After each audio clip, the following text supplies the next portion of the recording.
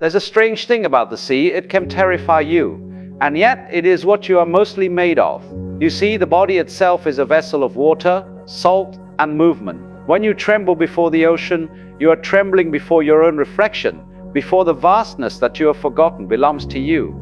And this forgetting, that's where all the trouble begins. We stand at the shore of life pretending to be something separate, a small creature staring into an immense blue mystery. But the wave never truly leaves the ocean, no matter how far it rises. It only appears to stand apart, right for a moment, proud, distinct, and individual, before falling again into the arms of its own source. And yet we humans, and we've built entire civilizations on that brief illusion. We built empires on the idea that the wave could conquer the sea. Have you ever noticed how we speak of life as if it were something happening to us? We say, I'm in the world, but you are not in the world. You are the world, expressing itself as the experience of being you. The same force that moves the tides is what moves your breath. The same rhythm that pulls the moon around the earth beats quietly in your chest. But most of us live as if we were standing outside of it all, as if consciousness were a ghost trapped in a machine, as if you were somehow sitting behind the eyes, controlling a body that is not truly yours. And that, my friend, is the first illusion to dissolve. If you wish to remember who you are not the sailor, you are the sea. Now imagine you are walking by the shore at dusk, the sun is sinking, the sky burns with color, and the waves whisper their timeless lullaby.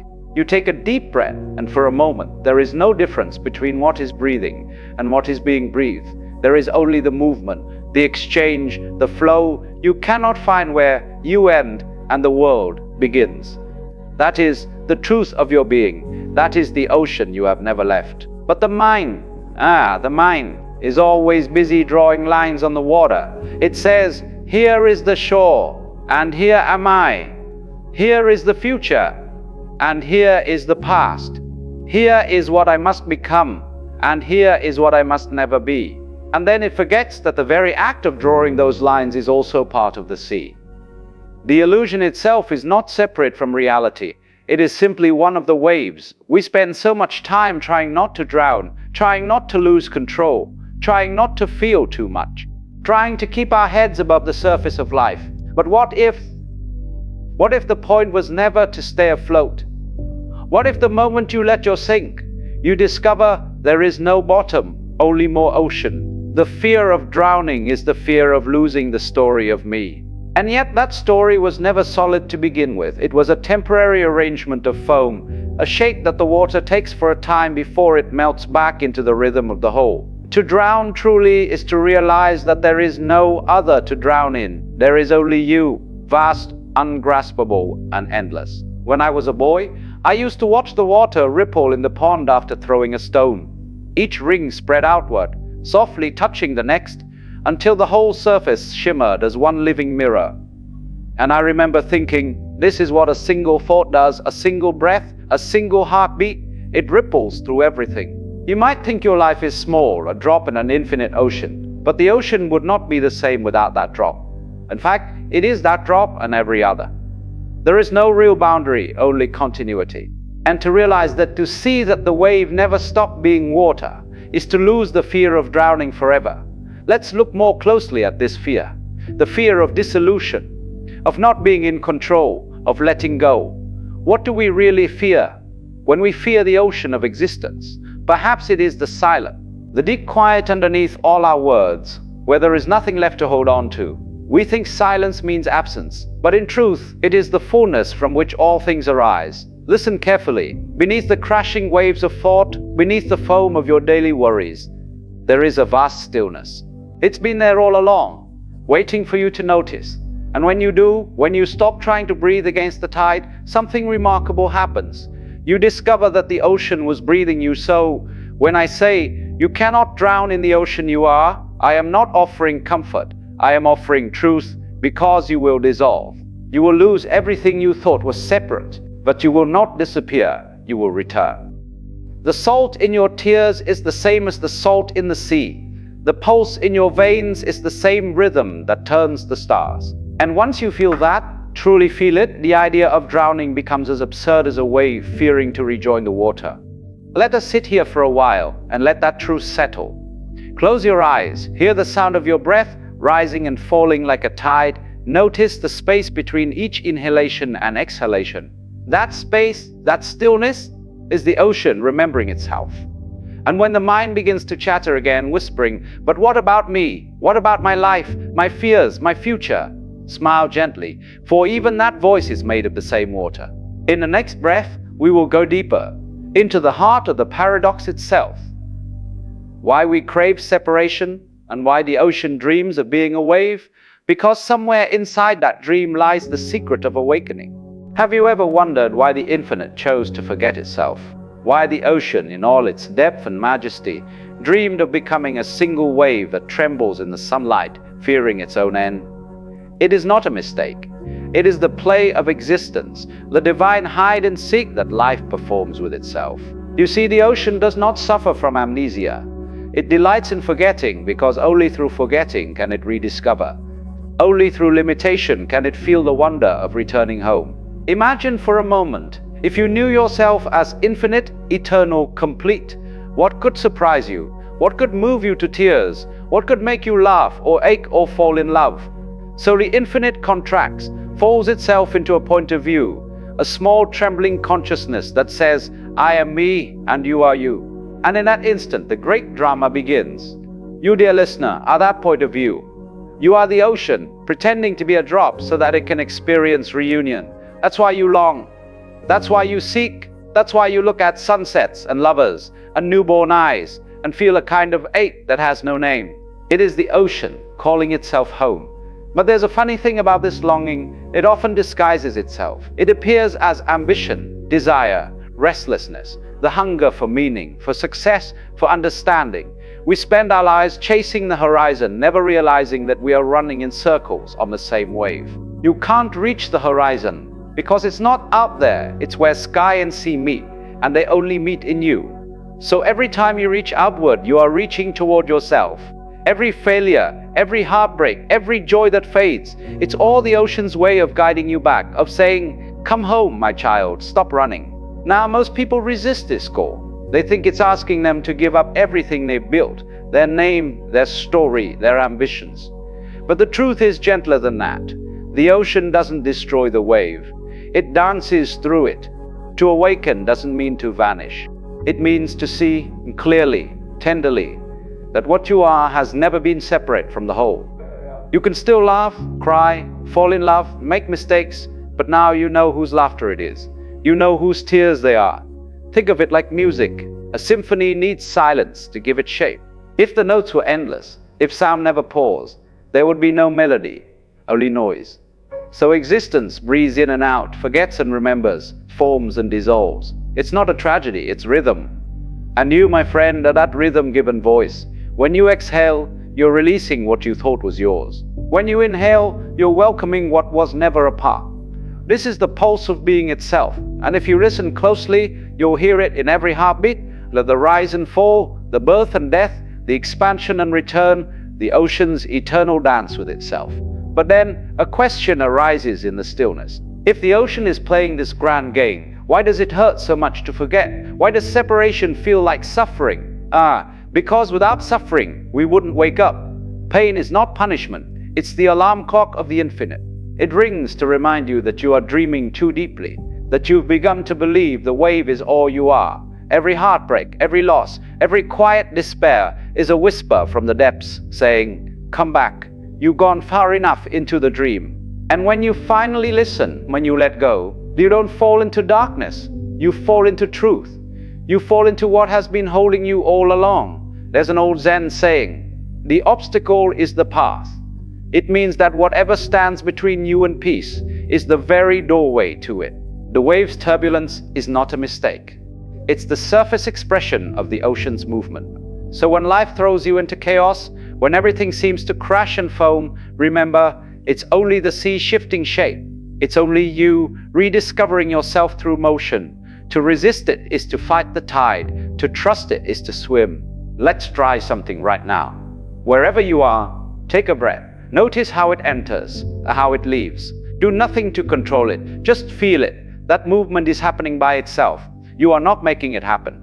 You are being breathed by the same intelligence that moves the galaxies, that stirs the wind, that shapes the coral reefs and mountain ranges. Can you feel that the breath is not yours, it is you? That, my friend, is the quiet secret hidden in plain sight. The ocean never stopped being the ocean, even while pretending to be a wave gasping for air. And here lies the great reversal, the turning point of this entire mystery. You have spent your life fearing dissolution, but what you've really feared is your own death. You have been running from your own vastness, because if you truly knew how infinite you are, how could you cling to anything small? How could you be confined by the opinions of others, by your own regrets and hopes? To awaken is to remember that there is no need to be saved, because nothing real was ever lost. The wave doesn't return to the ocean.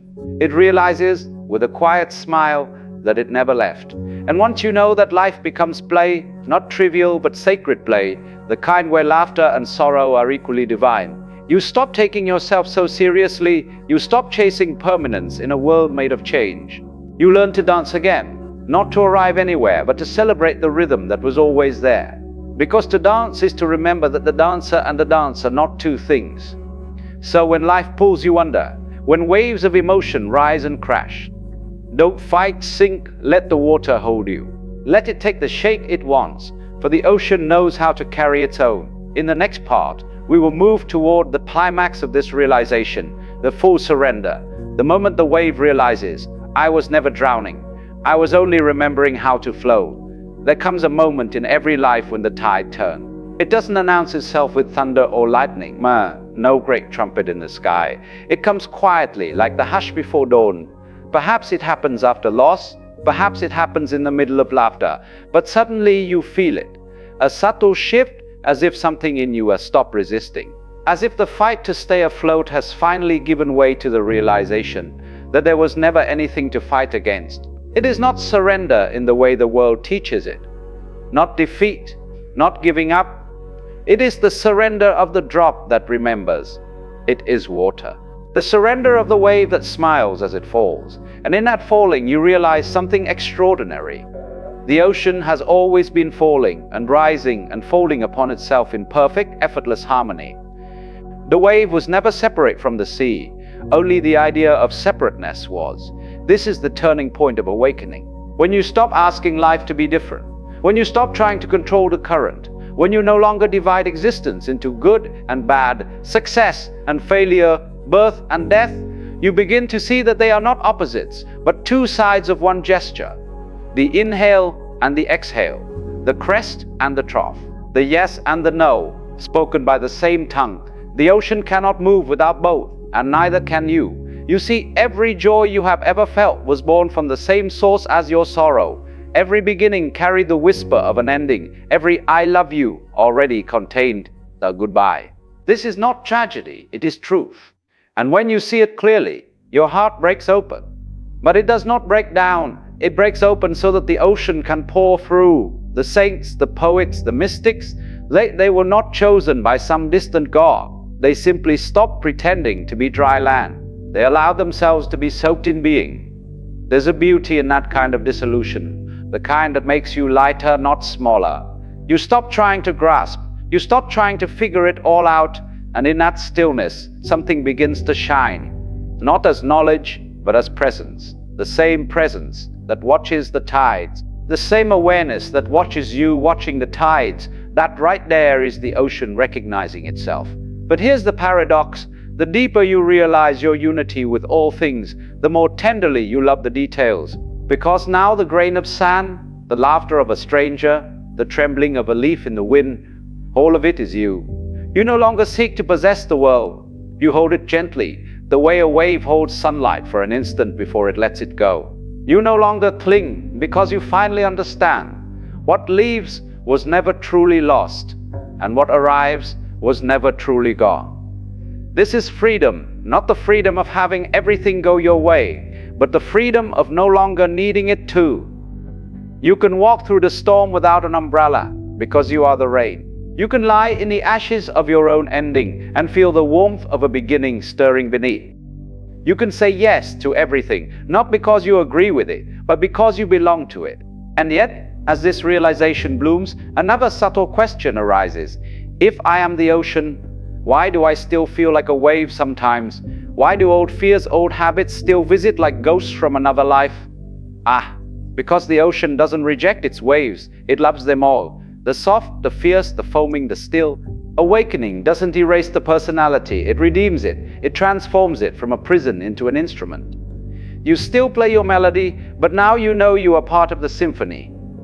Look around, every tree, every bird, every human face is a ripple of the same infinite sea. And when you look at them through this lens, you cannot help but love them. Not sentimentally, but naturally, as a mirror loves its reflection. You no longer say, I love you, because of what you get in return. You say it because there is nothing else to say. It's the ocean recognizing itself again and again, through 1,000 forms, 1,000 eyes, 1,000 beating hearts. You have heard it said, die before you die. It means, let the false self fall away before the body does. Let the wave dissolve in laughter before the storm ever comes. When you lose the need to be separate, death loses its sting, because how can you fear returning to what you never left? You are not moving toward an end. You are moving deeper into the dawn. So my friend, when you stand at the edge of despair or feel lost in the endless noise of becoming, remember this. You cannot drown in the ocean you are. The fear is part of the water. The struggle is part of the rhythm. And the moment you stop fighting, you discover that the current was never against you. It was carrying you home. Now let us slow down, breathe. The realization has dawned, but it has not yet settled. In the next part, we will drift into the stillness, the meditative ending, where everything quiets and the ocean sings through silence. Shh, listen. Can you hear it? The sound beneath all sounds, the gentle hum that remains when everything else fades away. That is the ocean. Not crashing, not roaring, but breathing in stillness. You've been listening to it your entire life, though you call it by many names. Peace, presence, love, truth, home. But it has no name. It is simply what is. There is a point in meditation, Len, or in any true silence, when the mind gives up trying to hold the moment. It softens, it opens, and what rushes in is not new. It was there all along, waiting for you to stop searching. The ocean has always been calm beneath the surface, even as waves rise and fall. The depth never moves, the deep never panics. It receives everything, resists nothing. And so it is with you. Beneath every thought, beneath every identity and dream, you are that depth and unmoved, vast, unbroken. Close your eyes if you will feel the breath entering your body. Notice how it expands, how it leaves. Do not try to control it. Let it be this. This simple awareness is the ocean remembering itself. No effort, no reaching, no arriving, just being. You see, enlightenment is not a goal. It's not something achieved after lifetimes of struggle. It is the soft recognition that you were never anything but the ocean. That the search itself was the ocean, moving toward its own reflection. All your striving, all your fears, even your longing for awakening, when they were the play of waves rippling across eternity. And now, as they quiet, you can see the reflection clearly. The sky and the sea are one mirror. What a relief. Nothing to chase, nothing to prove, nothing to fix. You can finally rest, you can finally breathe. And yet, the beauty of the dance remains. The waves will still rise. You will still feel joy and sorrow, hope and loss. But now, you know their nature. You know that every crest and fall is simply the ocean stretching its limbs, singing in motion. So when pain comes, you won't run from it. You will bow gently and whisper, here you are again, my old friend, another shape of me. And when joy arrives, you won't cling to it either. You will smile, watch it shimmer for a while, and let it pass, as naturally as a tide returning to the shore. To live in this way is to live freely, to move as water moves, the flowing around obstacles, finding stillness in every form. The mind will ask, but how do I keep this peace? And the ocean will answer, you don't, because peace is not something kept. It's what remains when you stop clinging to anything else. You do not hold peace, you are held by it. Let this be the beginning of your quiet joy, to no longer resist the rhythm, to no longer fear the deep. When you see a wave crash, remember, it's not dying, is being reborn into itself when you see the moon rise. Remember, it's your own heart glowing from above. When you feel tears fall, remember, the sea within you is speaking. You are not a stranger here. You are the very soul of this world, wearing 1,000 masks of foam. So sit in the silence a little longer. Let the world slow down around you. Listen to the breath.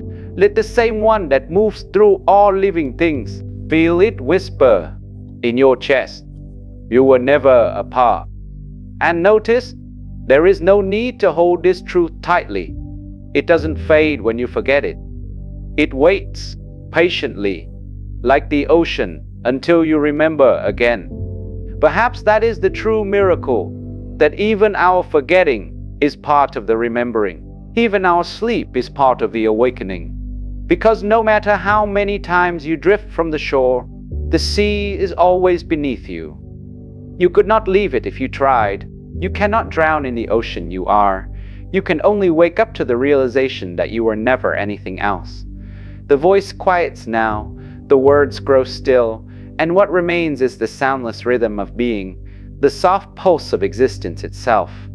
Feel it, trust it, let it move through you, because that movement and that gentle, timeless flow is you. Now, let us bring this to a gentle close, with a whisper rather than an ending.